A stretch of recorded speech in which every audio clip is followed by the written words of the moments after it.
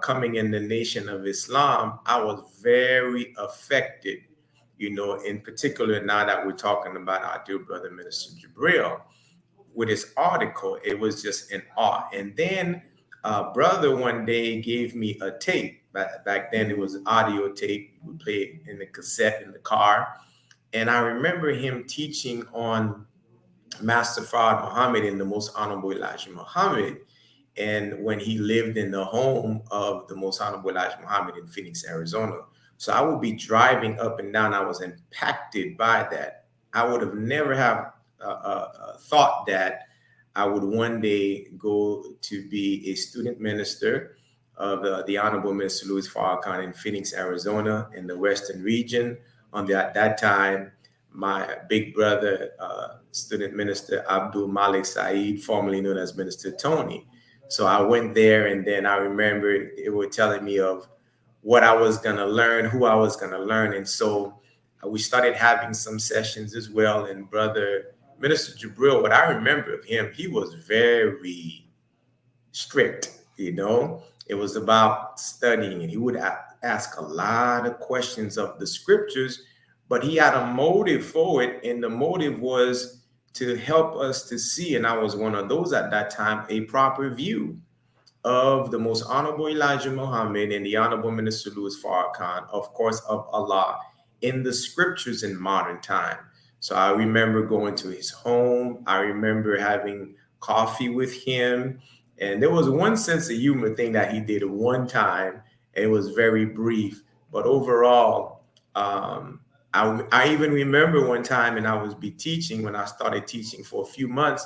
He would teach me certain things of the scriptures, the things I didn't understand, and he helped me to understand that. And he would say, when you go and teach that on the rostrum, don't say that, we're having meetings. He said, I'm just going to help you to help the minister. So these are some of the things that I remember about Brother Minister Jabril Muhammad, and we believe that Allah is pleased with him as the angel that he is to the Honorable Minister Louis Farrakhan. So those are some of my precious memories. Beautiful, man. He definitely was strict. I was watching a video. I think he was in Los Angeles, and man, the pressure he was putting on the person who was responsible for recording, I was like, yo, That's right. That is him. As we transition to this next question, this is one of the things I love about this show, because I get the opportunity to hear believers give their testimony about how they came to the Nation of Islam. So I would like to ask you that question. How did you first become aware of the teachings? You kind of mentioned a little bit not too long ago, and eventually decided to become a registered member. Oh, wow. You're taking me down memory lane. I was first, I'm of Haitian descent. So I was born in Brooklyn, New York, single parent, my mother, to try to raise me in early 70s. And maybe I was 3 months old or so, she sent me to Haiti because there was a lot of things going on in Brooklyn, New York at that time. So she didn't want me to be affected. There was child kidnapping going on and stuff like that. So being so worried, she sent me to the islands where all my other relatives live. So I went to Haiti at a very young age. So I grew up in Haiti, raised by my grandmother, my aunts, and other relatives. And I stayed in Haiti. I used to come back and forth in the States during the summer vacations, but I went to school in Haiti and everything else until I was the age of 15. And then my grandmother got very ill, so she had to come in the US. So my mother and I and my sister, we moved in the US to live permanently, which was in Los Angeles, California. And so unfortunately there I got into the lifestyle of the gangs, the drugs, and uh, the same things that so many of our youth get involved into. And lo and behold, it was after the Rodney King riot.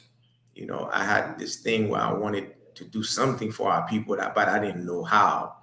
And it was three friends of ours at that time who were talking. That's when, in the era of the Public Enemy and rap group, rap consciousness. So they were talking about going to an event. And I thought it was a concert, and And I was upset that they didn't include me in it. But it was like, no, it's not a concert. It's this man who's gonna speak. And they said the name, but I was so mentally dead that I do not recall the name. But lo and behold, I did get a ticket. I think it was $10, and went to the LA Coliseum. And I was in awe because there was Bloods on the one side, Crips on another side, and then it was an open arena and protective shield and whatnot. And then finally, this man came up, and I didn't know who it was, and it was actually the Honorable Minister Louis Farrakhan. And he began to speak and teach. And being as I was a young man, I didn't grow up with a father, never have that kind of fatherhood type thing like many of us. But somehow, some way, what the minister was saying just resonated with me. And I was like a cold person, like many of us in living in the world. And then I started crying, when he was speaking. I remember my friend was sitting next to me. He's like, man, what's wrong with you, man? Like you punking out or something. And no, but he had touched me. No other person touched me like that before. And then I said in my head that day, I don't know who this man is, but I want to help him. And I didn't see nothing of hearing anything of the minister after that. The Rodney King thing happened a little bit later. And then a brother came. I went to somebody's house to go smoke some weed. That was the intention. And a brother came to pick us up. I refused to go. I had earrings, pants sagging, that foolishness. And the brother was so kind. He was so firm. He was so strict. I'll never forget him. He was known as Brother Duke, who actually he became the student minister in Las Vegas. He fished me in, and I went to the mosque. It was on a Monday night, FOI class, and I walked in there and I saw the brothers and whatnot. I was like, this is tight, but I still wasn't quite with it until the processing instructor put three pictures like in the back of me of Master Fraud Muhammad. He said I was God in person. I was like, okay. Then he put the Most Honorable Elijah Muhammad's picture. He said, this is his exalted Christ. I was like, okay. And then he put the minister's picture, and I fell back in my chair. I was like, that's the man I heard a year ago that I have been looking for. And I stood then, and by Allah's grace and mercy, I said I will not go back. And I've been trying since then. That's how I Wow, that's amazing, man. You think about the seed was planted over a year prior to that, and then germinates and life happens. Some more that water put on in it. Wow, that's right. and there you go. That's beautiful. That's right. And I told you I got help with some of these questions, and one of your own, he asked me, brother. Shout out to brother Desmond, who's now in Brother Desmond, Atlanta, yes, sir. 15B, and he was one time the regional captain there in the 7th region. He asked me to ask you this because I think he had a very interesting perception as it relates to this as well. So, as you mentioned, you're of Caribbean descent. What were your thoughts about the book Message to the Black Man when you first read it or even heard about it? Message to the Black Man was actually the second book that I read when I first came in. The first book that I read was Fall of America. Blew my mind away. I was scared. To be honest, I was scared, but I couldn't let go of the book. Then, as I went through the book, coming from the islands, I speak French, I speak Creole, Haitian Creole, of course, English. So growing up in the islands and going to school in class, you pretty much learn in French, but then in the schoolyard and then with your family, you speak Haitian Creole. So I had a very thick accent, very, very. Till this day, some people still make fun of a few words that I say. But when I came in the U.S. and then also when I was coming into the ranks, because of the thick accent that I had, and some people used to make mockery of it, I decided to be silent. So for about a good year or two, in just joining in the ranks, I didn't do a lot of talking. I just read. I read Fall of America, and then after that, got to Message to the Black Man. When I read Message to the Black Man, again, just rocked my dome, because it took me back to some things in the island as well. And then hearing what the minister would say of our brothers and sisters of the Caribbean islands, that it would not take what it would take, like the Black man and woman in America, 6 years to accept, how it would take our brothers and sisters in the Caribbean islands and elsewhere 6 months. But we understand it's because of the destruction of what they did to the Black men and women in America. So coming from that perspective, when I read about who is God, who is that mystery God, and all of these chapters that were in correlation of the tapes that I was listening of the minister, it did something to me, number one, and it started a challenge with my mother. May Allah God be pleased with her, and my relatives, because we believe that God was a spook.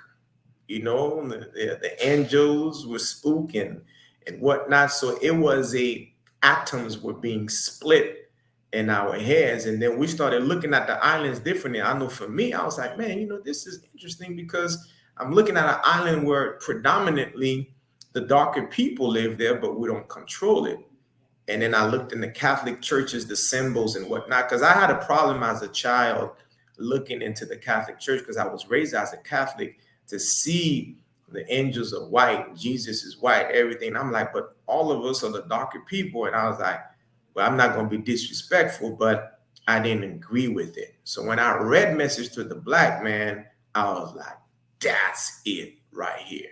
And I was like a child, like many of us, into a candy store and didn't want to leave the store. So that was sort of the impact that Message to the Black Man had on me. Wow, and that's amazing. You said for your early years in the nation, you didn't do a lot of talking. It's just interesting how God used that. In a sense, I was preparation for now. You know what I'm saying? So you Yes, sir. built that Yes, sir. foundation on studying, and now you know, you just do it. And let me do this, because I want to do this. I want to get this on, because we didn't get a chance to start it live, so we missed this. But and I'm glad that we're doing this. I can show this app. I want people to see, like how our brother said he didn't feel comfortable because of his accent. But listen to our brother. Check this out. Coming up for Miami, and we pray it's for the entire region. We do as the minister does. I'm gonna repeat that.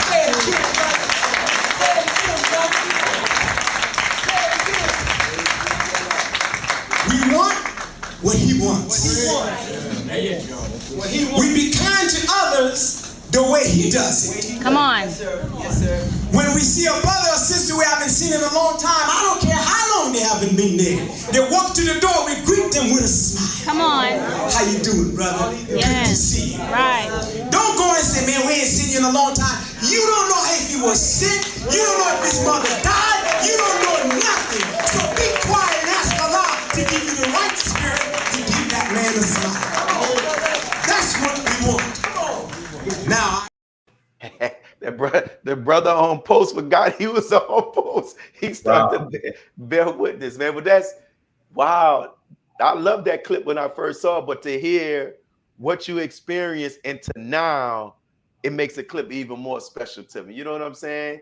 That is the power of Allah. And so another thing, one of the things I love about you as well, my brother, is because we live in a world where I heard somebody say the two parts of our community, just in general, that are neglected are the elders and the youth, right? And you are, I find interesting about your moms, some of our great pioneers are there in your city. You have Brother Minister Abdul Biya Muhammad and Brother Thomas Jihad. So can you talk about your connection with them, your relationship with them, and just how they enhance just the overall beauty and the environment of the mosque there? Oh, yes, sir. All praise due to Allah. You know, I remember when I came from Phoenix, you know, after a sabbatical, and make a long story short, but maybe we'll segue back to it on how I got here in Florida. The way I got here in Florida was on faith. It was totally on faith how I moved here to Florida. And I remember after being here, I was here maybe for like about a week. And the Honorable Minister Louis Farrakhan came here, and I received a phone call that he was here and he invited me, among others, to have dinner with him. And so I made my way. I didn't know no streets, nothing in Florida.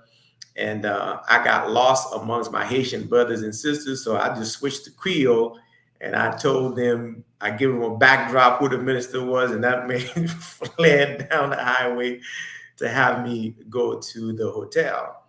When I got to the hotel, Brother Minister Thomas Jihad was there, of course, with the minister, Minister Abdul Bia. And I had met Minister Abdul Bia before. And then there was Brother Student Minister Ronald in Fort Lauderdale. He was there too. So that was my first time meeting him. And it was my first time meeting Minister Thomas Jihad, though I had seen him before on stage and whatnot. And then as we were sitting at the table, it's like the minister saw something into the future. He was talking on a point, and I remember sitting somewhat to his left, and then Minister B.I. and Minister Thomas Jihad were sitting to his right. And he was talking about something in general, and he stopped and he turned and he looked at me and he says, and brother, he says, talk to them. They will give you good advice. So since then, by Allah's grace and mercy, you know how in our Constitution it talks about getting the counsels. This is my personal, I would say, pioneers of counsel here in the 7th region for me. Brother Minister Thomas Jihad, I affectionately always call him Minister Uncle TJ. And you have Minister Abdul Bia. They give me guidance. They tell me, no, I don't think you want to do that. You might want to change different route. So I am so honored to be in their presence. And, two pioneers that I seek guidance from. Minister Thomas Jihad, I remember my family and I, our first year or two being here, and we were experiencing what is called a hurricane. Now, I came from earthquake area now to hurricane area. I don't know nothing about hurricane and whatnot, and I guess we were not ready. And it was Brother Minister Thomas Jihad who took me and my family into his home during that hurricane that took place that was quite devastating here. So personal relationship, and I love them so much. Like many of the pioneers, I often mention them in my supplication prayer by name. And I also ask Allah to please help me to be among those to be worthy enough to stand on their shoulders to help continue with the number one mission of the resurrection of our people. Beautiful, man. And your relationship with them is something to be studied, man, and for others to know. And I know it makes the Honorable Minister Louis Farrakhan, I believe it makes the Honorable Minister Louis Farrakhan proud to know that they are treated, with such respect there. You see it in your relationship, because it seemed like y'all almost catch the plane in Chicago together. We want to make sure we work here with my fellow student regional laborers, the student regional captain, and we have it that whenever they are to travel, we do the best that we can all the time to always have someone to accompany them. We have to honor them, we have to respect them. So we do all that we can for that, and that's just a slight demonstration of love and care. Beautiful. You all do a beautiful job. And I want to talk about this. We get in this history. In 2010, you were part of a delegation that traveled with the Honorable Minister Louis Farrakhan, if I'm not mistaken, to Haiti after the devastating earthquake. Can you talk about your experience on that trip? Yes, sir. So first thing was that before the Honorable Minister Louis Farrakhan went to Haiti, he sent the delegation, and I was part of that delegation. I'm thankful to Allah that he chose me to be among my brothers and sisters who went there. And so we went in August, I think it was, of 2010, I believe. And so we went as a head of, it was a team. And at that time, it was the Honorable Minister Louis Farrakhan in the Nation of Islam, the believers backing the minister, donating a water purification system. So we were part of the delegation to help donate that. Brother Minister Rasul was there. Our sister, student national MGT captain, Sister Amina. I hope I'm saying it right. She was there, and many others. Brother Student Minister Joseph Makandal, who is now the Haitian representative for Haiti, and the Honorable Minister Farrakhan, Nation of Islam. So we went there, and others as well. And so that experience, I had not set foot back on the island for nearly 25 years. And it was the first time that I was returning back to the island. And when I put my foot there from the airplane, I began to cry and couldn't stop. I felt a different energy because now, it was the minister from the teaching of the Most Honorable Elijah Muhammad who woke me up into a consciousness that I never dreamed of. And so I began to see the island and our people different. And so we began to work collectively to help the Voodoo community, the Christian community, the Muslim community there with the water purification system to begin as a journey. And so the minister, Allah put it in his heart to give such a gift because he had said that water, represents life. And no matter what we believe in differently, we all need water. And so we were there for like a week. And so this was a preparation for the minister to go. And then when the minister ended up going in December, I was not part of that delegation in December, but I was part of the delegation that went prior to that.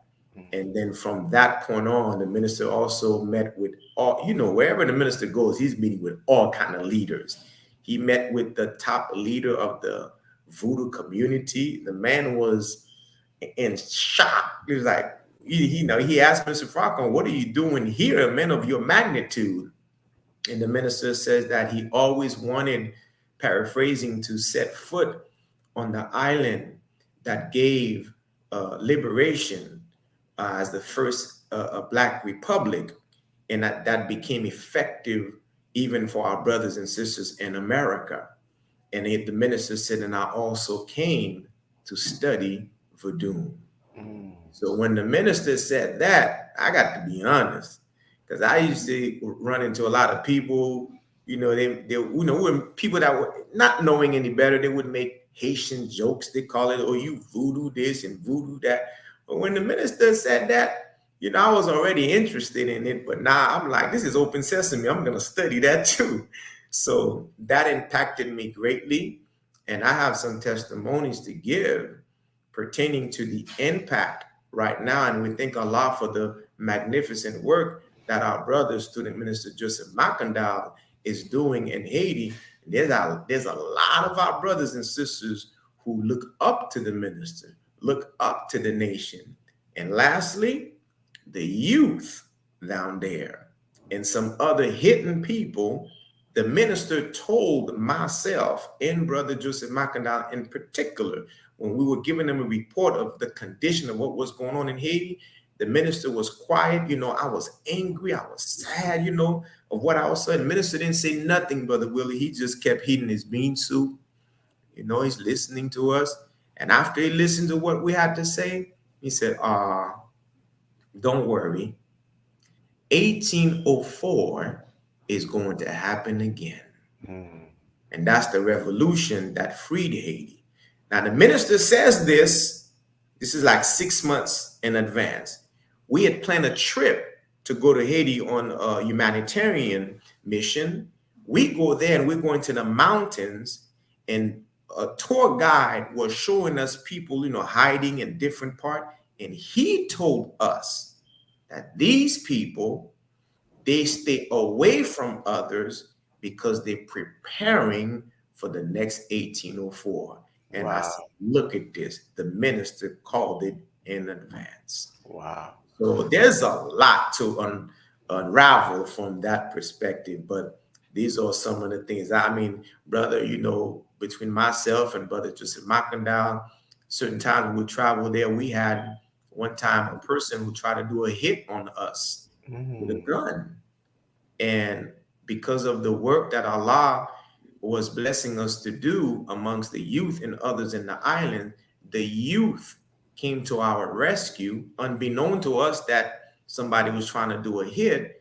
And the youth came, and we heard later on that they pinned that guy and told him that if he didn't mind his own business, that they were going to get rid of him. Wow.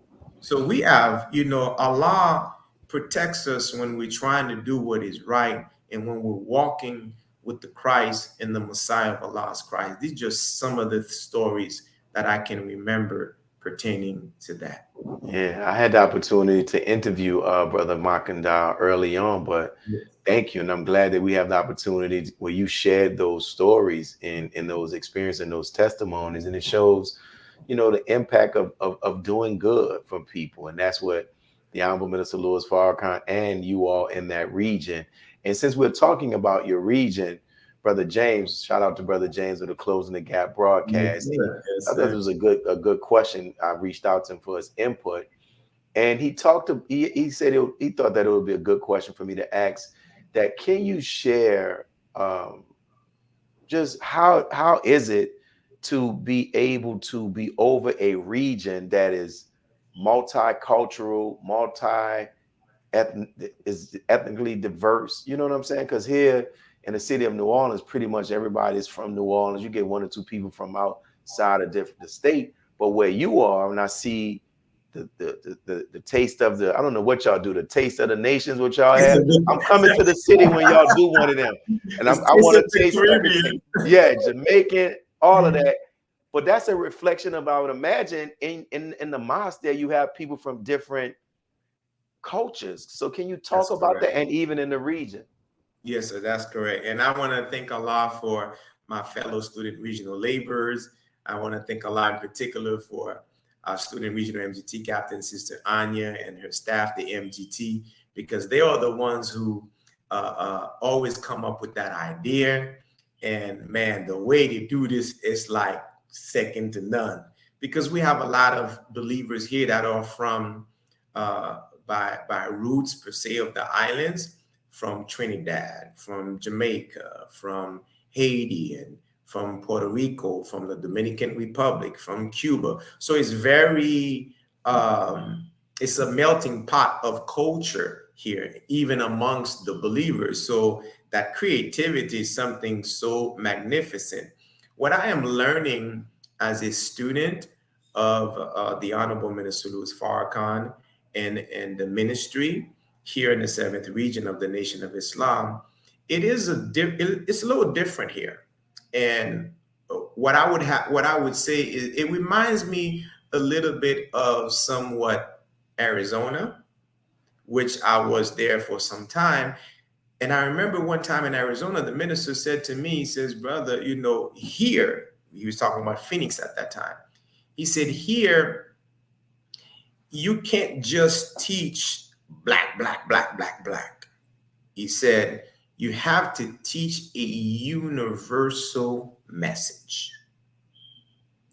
And I thought about that, because you have, and here it is, years later, I'm here in Florida, melting pot. We have to learn Spanish. We have a lot of our brothers and sisters, because the 7th region is not just the state of Florida. The 7th region is also the Caribbean islands. The 7th region is also South and Central America. So we may be small in numbers right now, but when you add the state of Florida and all these other islands, that's vast. You have Eastern Caribbean, you have Southern Caribbean, Northern Caribbean, Western Caribbean, South and Central America. We have our brother student minister David in Trinidad. He's the Eastern Caribbean representative. So it's very vast. So what I'm learning for me is that I think a lot that I'm trilingual, and I see the importance and value as well to learn other languages and learn other cultures and ways, so that by learning the cultures, like it says in the Supreme Wisdom lessons, we can now have dialogue and there's a way to share the teachings. We have a lot of our native brothers and sisters here. I have met some people from Cuba, by way of Cuba and by way of the native people and whatnot. And we have to speak a universal language, and that's what the teachings are. The teachings of the Most Honorable Elijah Muhammad, continuing under divine leadership of the Honorable Minister Louis Farrakhan, is universal. We have point number 12, where Master Farah Muhammad gave that to the Most Honorable Elijah Muhammad. It's a universal government. So how are we going to have universal government if we don't learn languages, in particular, for instance, Spanish? Before I came here, brother Willie, the minister had asked me one time, he says, brother, do you still speak French? And I said, yes, sir, brother minister. He says, okay. He says, brother, did you know that 80% of the continent of Africa speaks French? Wow. And guess what? I didn't know that. I didn't know that. And you're looking at some of the things that's happening right now in Nigeria and whatnot. And I was able to go on YouTube and see that, man, the cool thing that happened, and then the new leader, Ibrahim.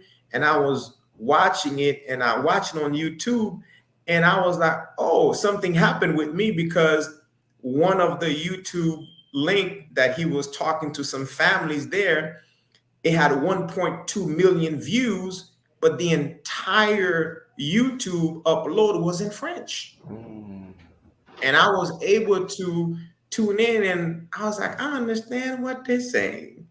And it shows that we have to, we can't limit ourselves to just one language. We have to have multiple languages so we can interact with our native brothers and sisters, with our original brothers and sisters, and share these teachings. And I close that by saying, it makes me to see differently what the teaching says when it says the 17 million with the 2 million Indians, and the minister in Closing the Gap expounds on what with means on a journey. Well, how are we going to do that as well if we don't learn their ways of life?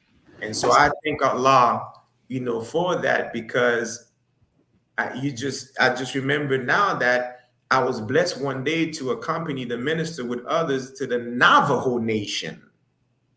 And I'm seeing how this is coming, inshallah, God willing, in full circle. That's interesting that the minister would tell you that about Phoenix. And then with that experience and what you learn from that, you end up over the most diverse region in the Nation of Islam. And this leads to this other question. I had this thought, Brother James also suggested, so I'm waiting to hear this response to this one. Most of our regions are identified geographically: Eastern region, Southern region, Southwest, West, European region. But yours is the one that you're serving over is the 7th region. Is there any significance to that, or what? I will say this: I believe there is, and this is a question that I asked the minister, and Allah willing, he's gonna have some answer for me. So right now, I don't know, exactly, but there's a lot of things that I said, well, let me wait for what the minister has to say about this, because I thought that was unique. I was like, wow, all the other regions, like you said, Eastern and European. I said, this is the only one that has a number. I said, I wonder what that means. So I can't expound on it. I could just say some things that I think about, but I'm really waiting to see what the man of God has to say about that, because he was the one who named it the 7th region. Beautiful, beautiful. So I want to anxiously and patiently wait on what he has to say. I could read the Holy Quran and be like, oh man, you know what? Chapter 7 says the elevated places, or I can go to numerology, but I'm gonna hold back and just wait to see. So when Yes. when you do get that opportunity, you know, make sure we have you on here so you can explain it so everybody would know. I'll be glad to, inshallah. And this is a question also from brother Desmond. He talked about because I reached out to him as well. He suggested that I ask you a question um, about how at one point your imbalance as a student minister impacted your marriage and your family, and the guidance that the Honorable Minister Louis Farrakhan gave you. And I mentioned this to you as one of the possible topics. You were like, make sure you ask me that question. So I'm asking you this question now. You know, we have to be very transparent, you know.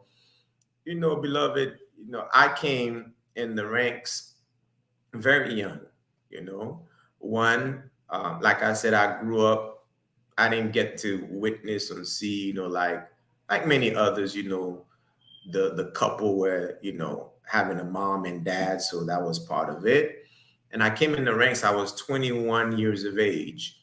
And then I got married, and that marriage only lasted 3 years.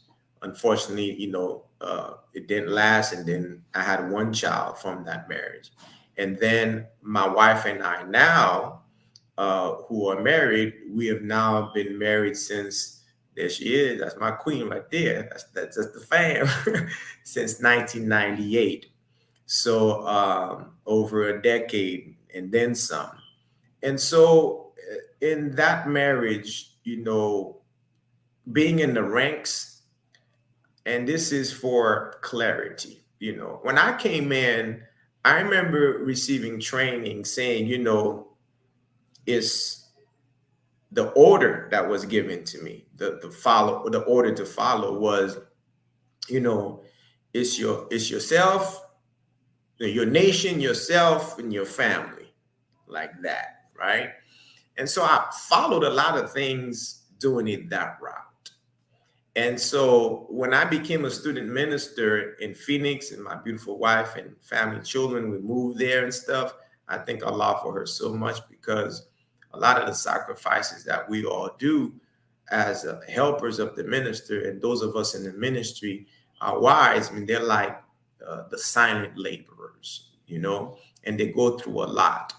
And so my wife was with me. We went there and whatnot. So what ended up happening is that I'm naturally, I would say, the minister told me this, I'm naturally a warrior. But the minister told me that he wanted me to be more spiritual. So I had to learn how to be that. In the meantime, you know, I could, only by Allah's grace and mercy, I could go to churches when we were in Phoenix. I could go to the street and talk with the gangs, and, you know, everybody's like, go ahead, brother, clapping and whatnot. But I wasn't getting that at home. There was an imbalance. There was, you know, everything had to be, no, the nation first and everything up front. And so one day, my beautiful wife reached out to the minister to complain, and she wanted to have a counseling session. And the Honorable Minister Louis Farrakhan told me about it, and he set it up in Phoenix, and he counseled us for nearly 3 hours.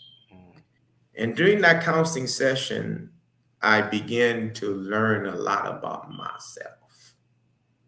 And the minister said to me, he says, brother, it is you, your family, and your nation in that order. And then he said, you could be out there, and you can go out there and you go to churches and elsewhere at the mosque and the community, and people clap for you. Go ahead, go ahead. He said, but brother, is your wife clapping for you? And that just resonated with me. And I also saw that, to be real, because we have to be real, we don't have time to be fake today. I was really, in truth, I was arrogant. Mm. In truth, I had ego. I'm not saying that I'm perfect now, but I'm striving to be better. But I had to understand deeper the value of my wife and marriage and balance. So it didn't make a difference if, we going out there and getting all the clapping. So sometimes it becomes like it's a show. But if you really want to know if a man is a good husband to his wife and father and whatnot, ask the wife. Like the minister says, ask the children. So what ended up happening, that was part of the reason of my sabbatical. Mm. And the minister had told me personally, he says, brother, he said, you've been with me for some time. He says, but I want you now to go on with Allah Mm. and be like Michael Jackson and look at the man in the mirror and ask him to change his ways. And brother, from that point on, that was a rocky period in my life. And at that point, brother Willie, I found out another growth of relationship of divinity between myself and our God. Mm. And I asked Allah, see, when you at the bottom, you can call on Allah. And we say that Allah came in the person of Master Fard Muhammad, to whom praise is due forever. I asked him, see, this is all part of I have a testimony. I took the words of the minister. He wrote me a letter, step by step, 3 paragraphs or so on what to do. Mm. I memorized it and walked the streets and everywhere I was going, constantly repeating it to myself. Because Allah had blessed me growing up in school in Haiti. We learn by memorization. We have to memorize everything by heart. So I'm like, this is the man of God. This is the man who saved me. This is the man who raised me from the dead. So I'm going on his guidance. And now it was a test for me to test the God that I say I believed in. And I'll never forget this. My wife, she was very affected by this imbalance of me. And she was cold towards me when I would go and visit her and the children. I remember I would give her the greetings. I was like, Assalamu alaikum. And she was like, Walaikum salam. Like she was eating rocks, So I'm being real. And this went on for a long time. And then I went on my prayer rug. Mm. And I'll never forget this till this day. In the dark, I asked Allah. When the minister said, when we say, oh Allah, I have been ungrateful to myself and I confess my faults. The minister says, when you get to that, name your faults to the God. Mm. And I sat there on my knees, and the more I was naming my faults, the more I cried. Mm. And I remember that I soaked up the prayer rug. And then it got to a point where I felt a burden coming off of me. And then that day, I asked Allah, who came in the person of Master Fard Muhammad, to whom praise is due forever. I said, please turn my wife's heart back to me. 2 days later, we reconciled. Wow. I have a testimony. Yes, sir, you do. God came in the person of Master Fard Muhammad, to whom praise is due forever. I believe that. I have a testimony that I believe the most honorable Elijah Muhammad is his divine risen, exalted Christ, and is alive because I asked Allah in his name. And I believe in the Honorable Minister Louis Farrakhan being the Messiah of Allah's Christ because I prayed that also in his name, and Allah answered me. So Wow. that's part of my testimony. Wow. I don't know if you shared it and I didn't know it, but if you can share, you mentioned the paragraphs. Were there some specific things in the paragraph that you have not shared, you can share for the benefit of all of us?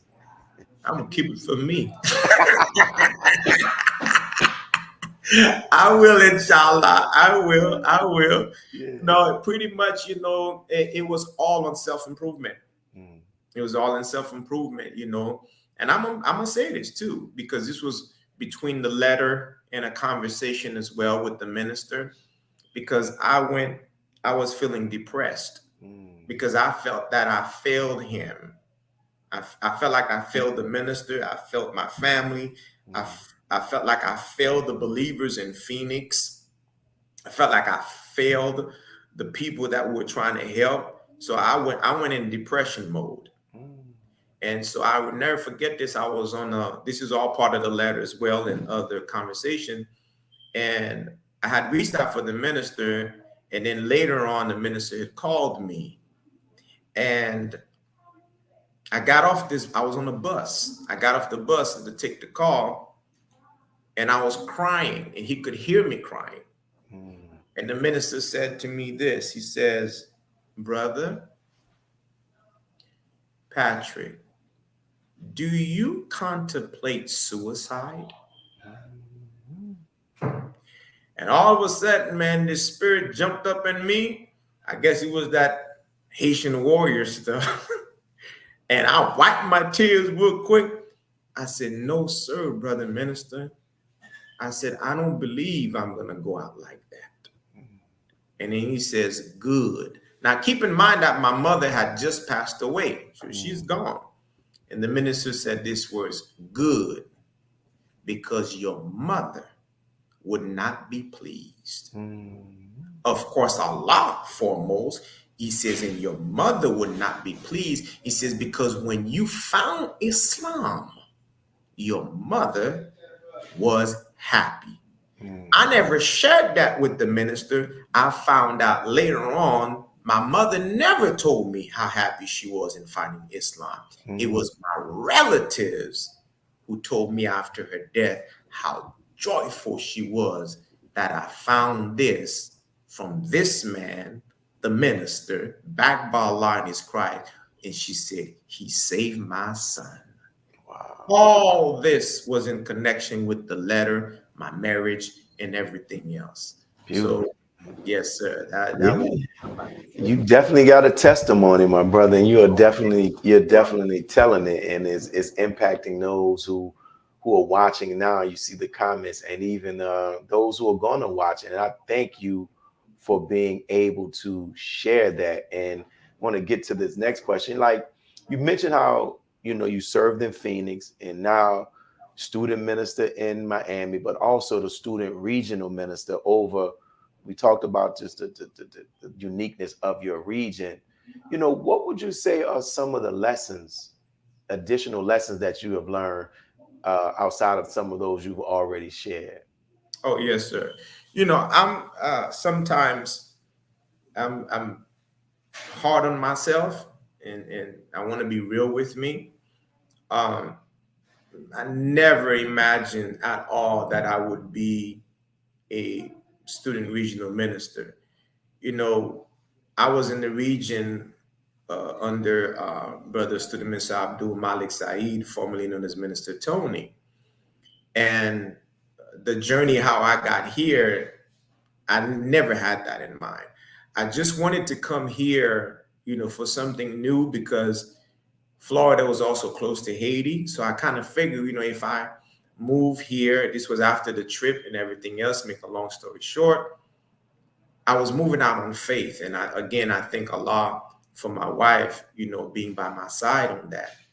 So when I came here, I transferred a job here and I would just go in the Haitian community by myself and, move and talk with the brothers and sisters.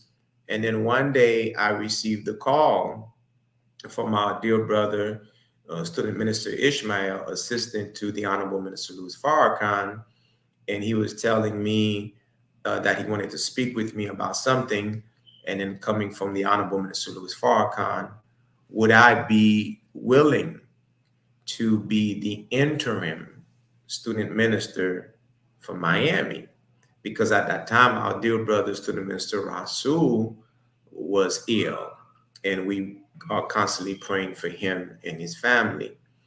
And so I immediately thought, just anything to help the minister in our nation, because I feel like that's my life. That's all I have is the nation.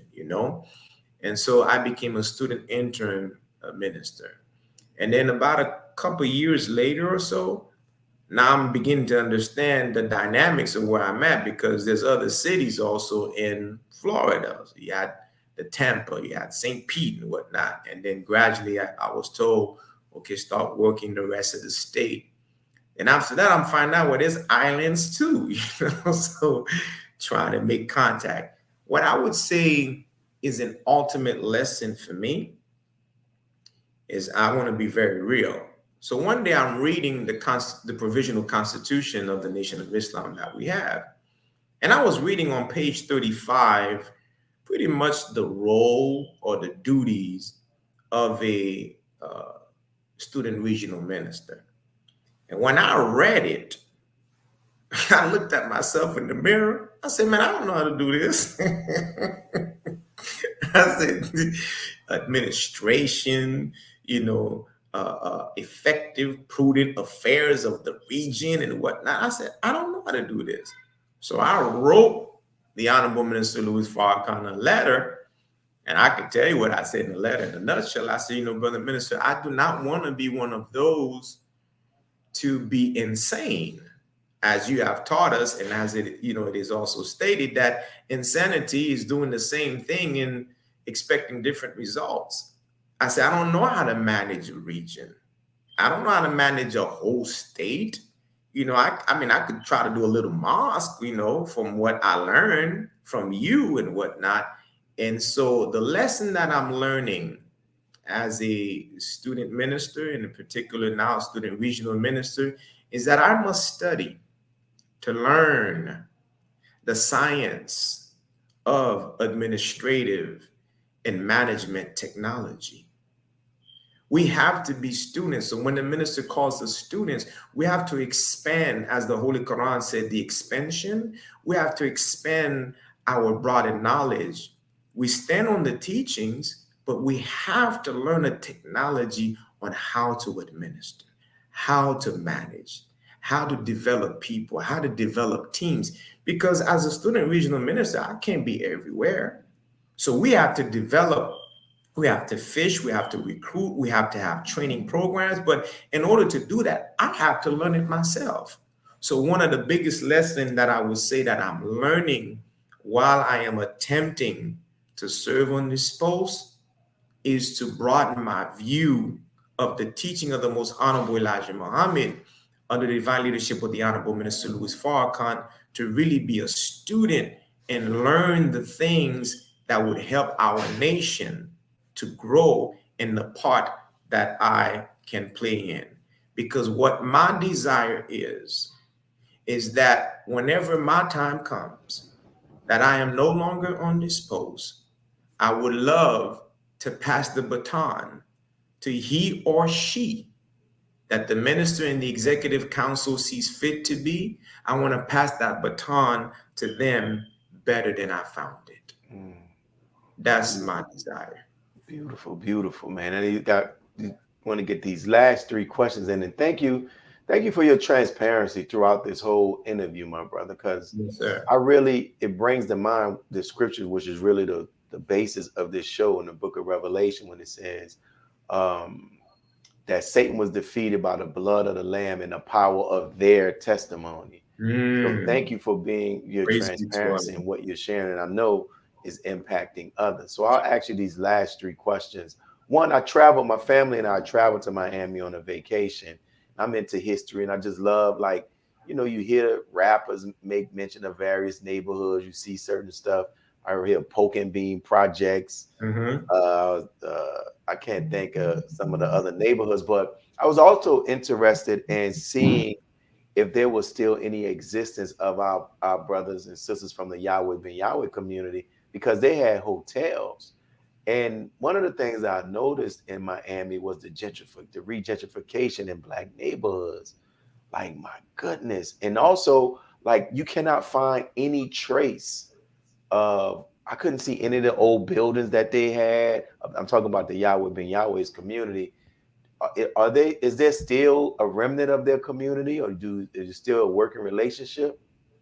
Very most recently, there's a sister of that community that came and visited the mosque, and she's actually doing the best that she can to help, if you will, bring everything up, inshallah, to where it was.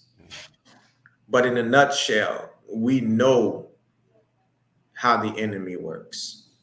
We know how the enemy is always sifting us. So a lot of acquisitions that they had, most of them are not around. So it's like a rebuilding process that is taking place. But the thing is that, like you showed the clip uh, when we were doing something at the mosque to help rejuvenate the believers. The first time you showed it, I was like, oh my, I said, where did Brother Willie get this from, right? I forgot about it, but when I saw it, I remembered it, right? But then when you showed it again, I started tearing up. I teared up because I had a speech impediment. And to see this, it's almost like I don't know who this is. And I know the teachings of the Most Honorable Elijah Muhammad, 100% plus powerful, under the divine leadership of the minister.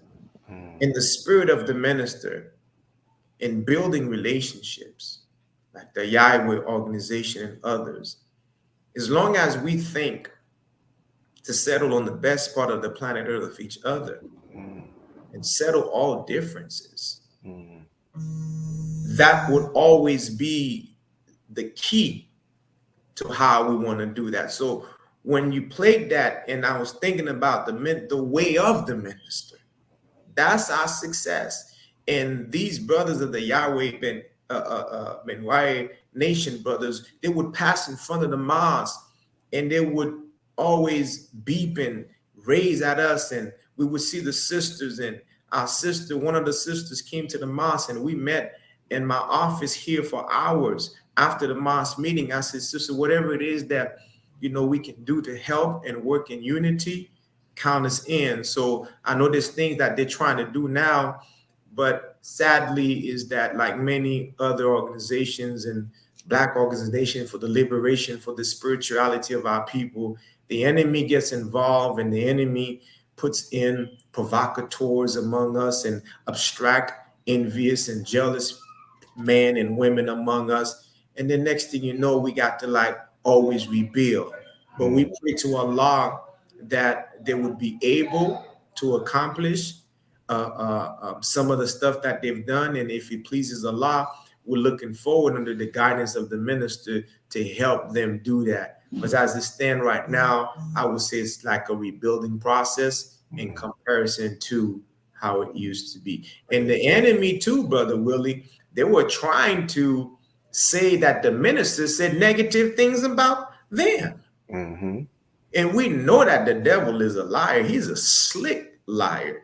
He's the master DJ, mixing up truth with falsehood. Wicked DJ. We don't want him in that club of righteousness. That's all he does, is mixing up falsehood and lies. But they did that to the minister as well. And so we are working with them through that sister, and we'll see, Allah willing, how that works. And then at the same time, we're also working with all the other organizations. But that's the story of Miami. And one thing about Miami, you know how they call the South, Georgia and everything else, the dirty South, I think they call it. Yeah. Well, over here is the filthy South. Wow. Straight up. Because one time the minister spoke here, I heard that Minister Bia was telling me, minister came up gave the greetings, and shortly after that, he says, "Wicked Miami." Wow. So this is filthy down here. So you got to really hold on. Yeah, that's a fact. I've been in that.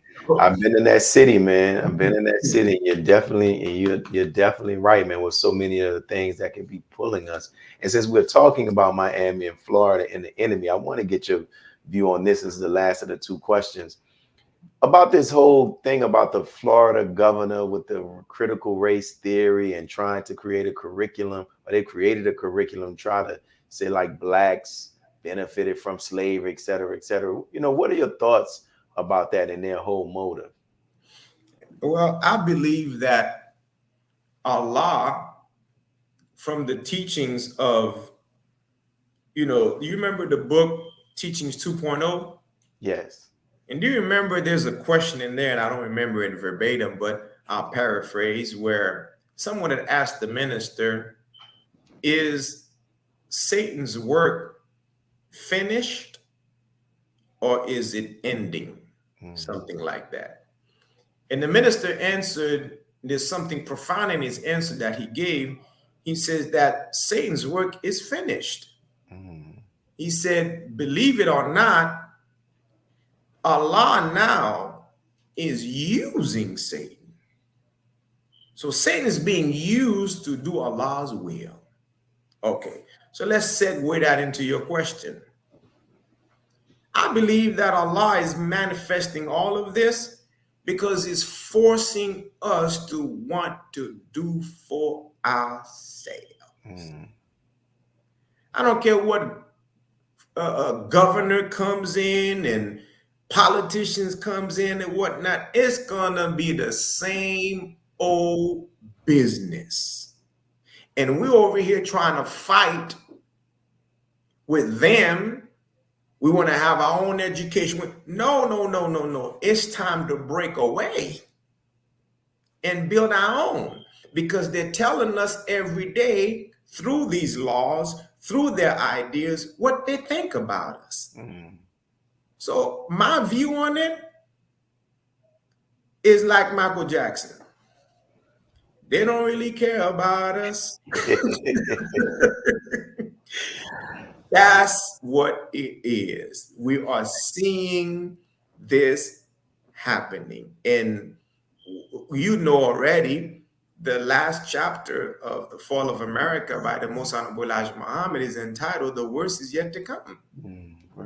We can keep trying to push this agenda all we want, but in this day and time, I mean, I got grandbabies now, Brother Willie. I'm going to send them to a school now. I look at it, this is my view. The Jews were affected tremendously by what Hitler did. Do you think that a Jew would send his or her child to a university called Hitler University? Hell no. Then why are we sending ours to theirs? See, we're going to have to come to a point. So Allah said, okay, well, I gave you Elijah Muhammad. I'm giving you Louis Farrakhan. I'm giving you this teaching for 90-some years, and y'all don't want to listen? Okay, I'm going to force the enemy to show you that he's the open enemy. Beautiful. That's my view on it. Great, and that is the case, man. And that is the case. And this last question you mentioned, you talked about how you have been blessed to be able to accompany the Honorable Minister Louis Farrakhan on several occasions. He was taking care of personal tasks, like you mentioned about the violin, and there'll be jewels he would share. In his closing, is there any, like you mentioned specifically one, you all were going to the home of the business of a Jewish gentleman to get the violin, and there just anything that you learned from that you can share. Yes, sir. Yes, sir. I think we have to thank Allah so much for the Most Honorable Elijah Muhammad and the minister. As a young student minister, I was seeking guidance for something, and I was very troubled by it. And so the minister was in town, and he called out for me. And then so I went to see him. And then there were some other brothers, on his security. And then the minister says, well, I'm getting ready to go somewhere. He says, you can come with me. And then he said, he told the brothers, to trail him. And then he told me that I could ride with him. So the minister was driving and I was sitting in the passenger side. And he said, go ahead and brother, tell me the things that, you wanted to talk to me about. So he's driving. I began to talk to him about everything that was going on and I needed guidance. And the minister gave me, I'm going to say, divine guidance for seeing in the future. He told me what to do, and then he told me exactly what was going to happen. And I bear witness that I have a testimony. Everything he told me was going to happen manifested. So as we were in the vehicle, we went up where the minister was going to pick up his violin. There was a Jewish man who was repairing his violin, making sure everything was fine-tuned. And I was like, wow, we're going, way up in the hills somewhere. And then we got there, and then two of the brothers on his security told me and said, Brother Patrick, you go in with the minister and you also be his security. So here I was with the Honorable Minister Louis Farrakhan. I'm so grateful for that. I was in the home of this Jewish man with the minister, accompanying the minister, and I was also in security. And I was a student minister at that time.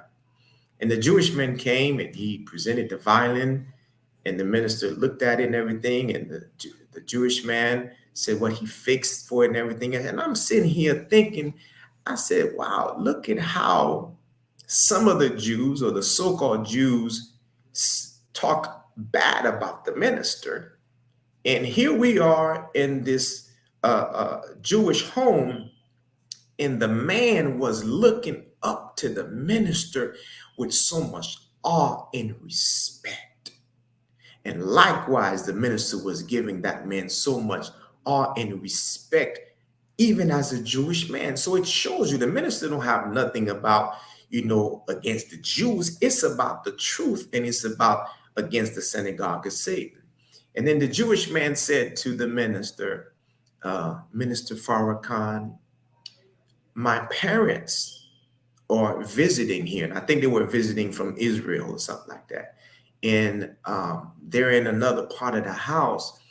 And they said, would you be so kind to play a song or something for them? Because apparently his parents were in awe of how the minister plays the violin. And the minister was very polite. He declined. He says, no, I have to go. I have other things, And the man was, I understood. I just gave it a try. I know it wasn't scheduled, but everything was so cordial and respectful. And so we departed from the Jewish man's house, got in the minister's car. The minister's driving back.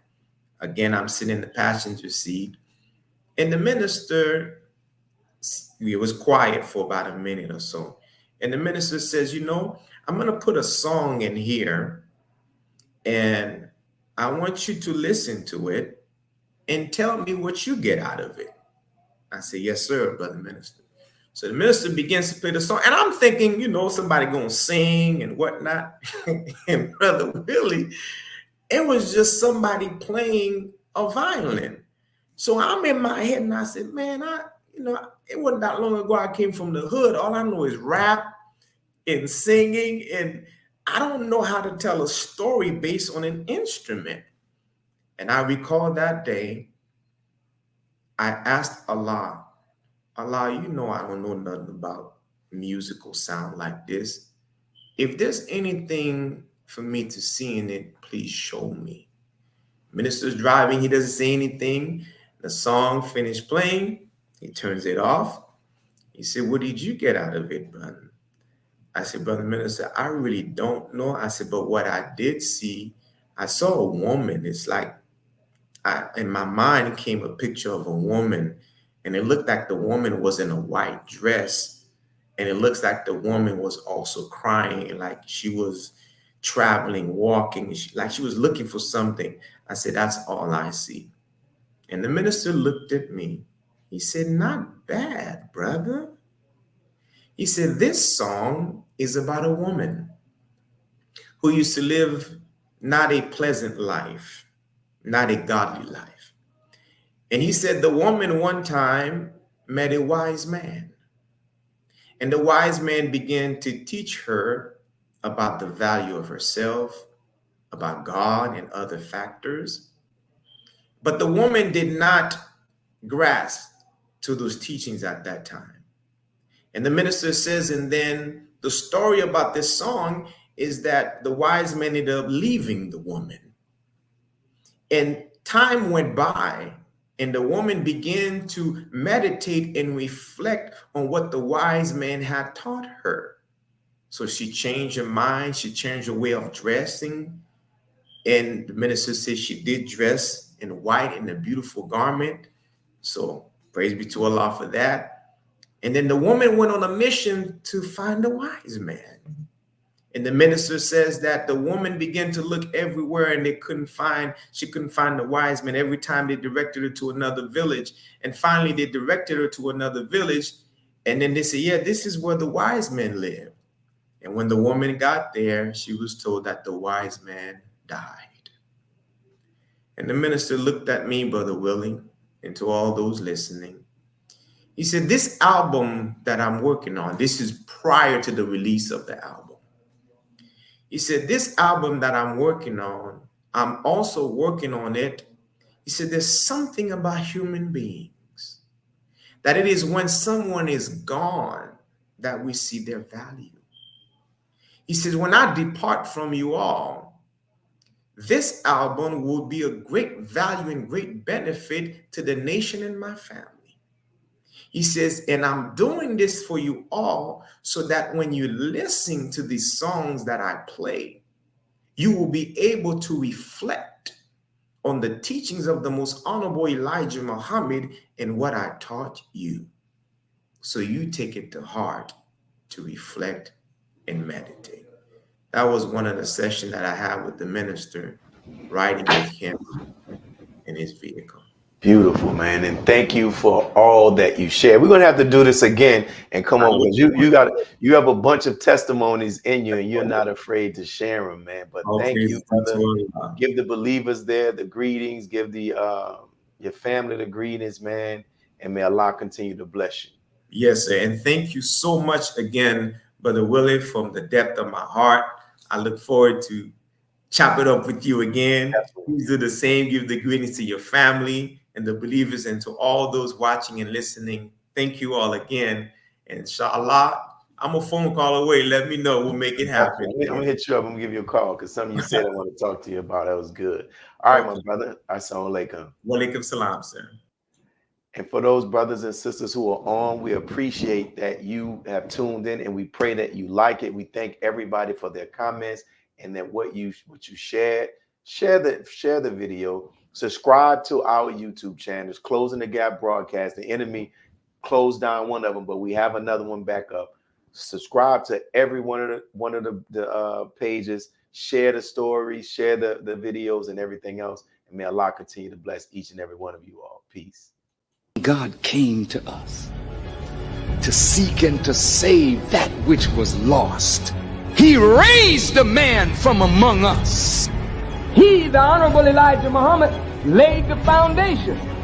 What I'm doing is something that comes from him through me, and the thing that he uses in me to do the work is my faith in him and the word that he taught.